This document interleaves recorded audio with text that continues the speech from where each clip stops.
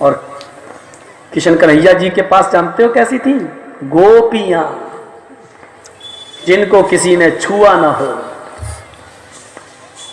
एक बार ये सारी 16,108 गोपियां गंगा में नहा रही थीं, अपने कपड़े उतार कर नदी के किनारे रख दिए थे। कृष्ण जी आए और सारी गोपियों के कपड़े उठाकर एक बरगद के पेड़ पे चढ़ गए और वहां से बांसुरी बजाने लगे। बांसुरी में बड़ा जादू था कृष्ण जी की। पपिया बजाने लगे, बांसुरी बजाने लगे। लड़कियों ने जो गंगा में नदी में नहा रही थी कहने लगी चलो कृष्ण जी आ गए हैं, उनकी बांसुरी सुनते हैं, चलें। जब बाहर निकलती हैं तो देखा कपड़े गायब। कृष्ण जी की तरफ देखती हैं, कहती हैं कृष्ण जी कपड़े तो आपके पास हैं मेरे। कृष्ण जी बोले मेरे ही तो पास हैं, किसी और के पास तो नहीं है, आओ और ले जाओ। आपकी किताब महाभारत कहती है अगर ये शब्द आपकी किताब में आज भी मौजूद ना हो तो मेरी गर्दन काट दो, अफजल गुरु की तरह फांसी के फंदे पे लटका दो,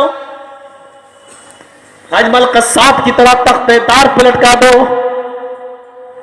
लड़कियों ने मारे शर्म के एक हाथ अपने पिस्तानों पर रख लिया और दूसरा हाथ अपनी शर्मगाह पर ऐसे रख लिया और चलने लगी। कृष्ण जी के पास के कपड़े ले आए। बरगद के पेड़ पे चढ़े हुए कृष्ण कन्हैया जी क्या बोलते हैं, हाय गोपियों दोनों हाथ छोड़ दो, नीचे लटका दो।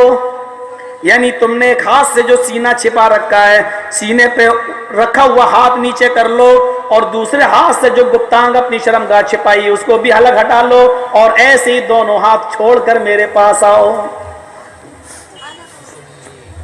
ये वाकया बयान करने के बाद मैंने बाल ठाकुर जी से कहा था, ठाकुर जी बताना रंगीला कौन नजर आ रहा है, बेवा औरतों को सुरक्षा देने वाला, मुतल्लका औरतों का घर बसाने वाला, या 16,108 औरतों के गुप्तांग को भी उनकी शर्मगाहों से भी हाथ हटवाने वाला?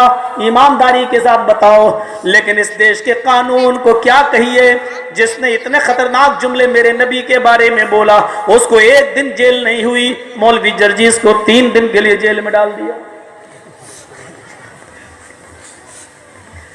हम आह भी करते हैं तो हो जाते हैं बदनाम और तुम कत्ल भी करते हो तो चर्चा नहीं होता। मैंने बाल ठाकुरे की वो सीडी वो कैसेट कोर्ट में पेश कर दी। आखिरकार मुकदमा चलता रहा। मेरी उम्र उस वक्त 18 साल थी जब मुकदमा चला। जानते हो 18 साल की उम्र में जब हम ये जुमले बोले थे बाल ठाकुरे के खिलाफ, हमारे वकील ने नाबालिग साबित करने के लिए बहुत कोशिश की, लेकिन बाल ठाकुरे के वकील ने मुझे नाबालिग साबित नहीं होने दिया। नाबालिग साबित हो जाए तो सजा भी कम है और केस भी नहीं बन रहा था, लेकिन उसके बावजूद मेरी उम्र 19 साल साबित कर दी गई थी कोर्ट में। वकील भी बिक जाते हैं, जज भी बिक जाता है। 19 साल 18 को 19 भी बना दिया गया है, सरकारी कागज भी बदल दिए गए हैं और फिर मुकदमा चला। 22 साल का अरसा गुजर गया लेकिन मुकदमे का फैसला नहीं हो पाया, इसलिए कि बाल ठाकुरे को कौन सजा सुनाता? बाल ठाकुरे को मोहम्मदुर रसूलुल्लाह के बारे में ऐसा बोलने के जुर्म में कौन सी सजा दी जाती?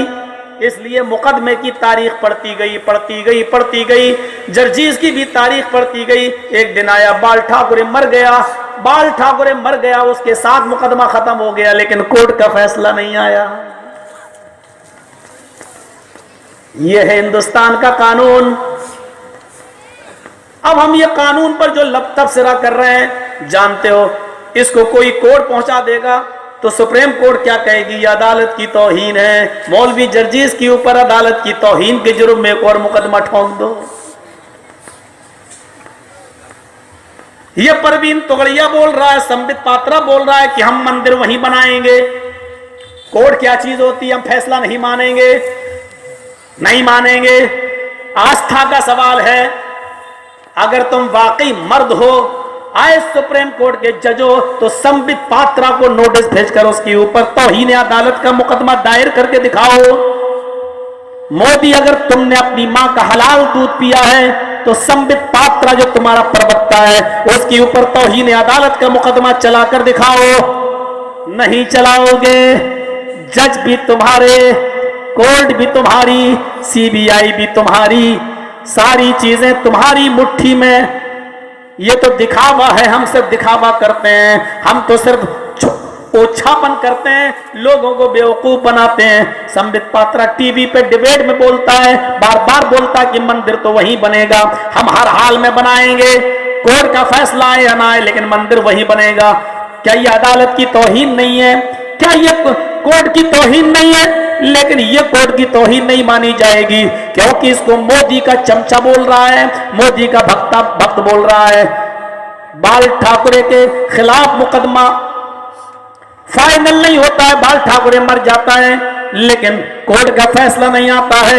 यह कोर्ट की तौहीन है क्योंकि इसको मौलाना जर्जीस बोल रहे हैं। जब इस ऐनक से मुकदमे देखे जाएं तो मेरे भाइयों फिर इंसाफ कहां से मिलेगा, न्याय कहां से मिलेगा, अदल कहां से मिलेगा? ये तो फिर एक रखेल की रखवाली हो गई है, जैसे कोई किसी को रख ले और बेचारी उसी के इशारों पे चलती है, ऐसी कानून रखेल बन के रह गया है। आए प्रधानमंत्री जी तुम्हारा, ऊंचे लोगों तुम्हारा, आए प्राइम मिनिस्टर साहब तुम्हारा, और तुम्हारे कुछ चमचों की रखेल बन के रह गया ये कानून, तुम्हारी मुट्ठी में आ गया ये कानून ना, इसलिए हम कुछ भी नहीं कह सकते। आगे क्या बोलें? अदावत मुझे से क्यों इतनी, मैं तो कुरान का दाई हूँ, रसूलुल्लाह का वारिस, सहाबा का सिपाही हूँ। मुझे है कुफर से नफरत, मैं तो हक का फिदाई हूँ। जमाने के हर एक जालिम, हर जाबिर से लड़ता हूँ।